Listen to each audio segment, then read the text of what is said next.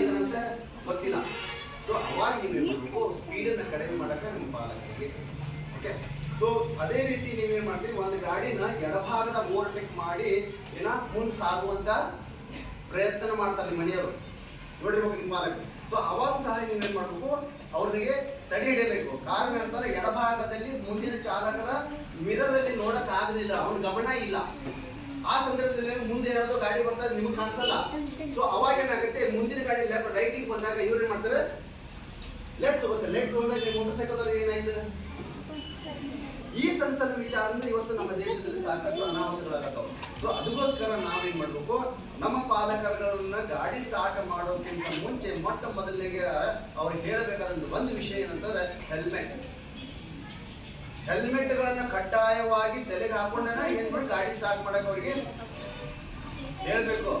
ನಿಮ್ಮ ಮನೆಯವರಿಗೆ ಇವತ್ತಿಗೂ ಬಹಳ ಜನ ಅದನ್ನೇ ಮಾಡೋದು, ಚಾವಿ ತಗೋದ್ರೆ ಗಾಡಿ ಸ್ಟಾರ್ಟ್ ಮಾಡಿ ಹೋಗ್ಬಿಡ್ತಾರೆ. ಹೇಳೋದೇನ, ಇಲ್ಲೇ ಹೋಗ್ತೀನಿ, ಅಂಗಡಿ ಹತ್ರನ ಹೋಗ್ತಾ ಇದ್ದೀನಿ, ಇಲ್ಲ ನಾ ಬಸ್ ಸ್ಟ್ಯಾಂಡ್ ತಗ ಹೋಗ್ತೇನೆ. ಬಟ್ ಈ ಬಸ್ ಸ್ಟ್ಯಾಂಡ್ ನಿಂದ ಮನೆಯ ಮಧ್ಯದಲ್ಲಿ ಏನು ಅಪಘಾತ ಆಗಲ್ಲ ಅಂತ ಯಾವ ಗ್ಯಾರಂಟಿ ಇದೆಯಾ? ಆಗ್ಬೋದಲ್ಲ.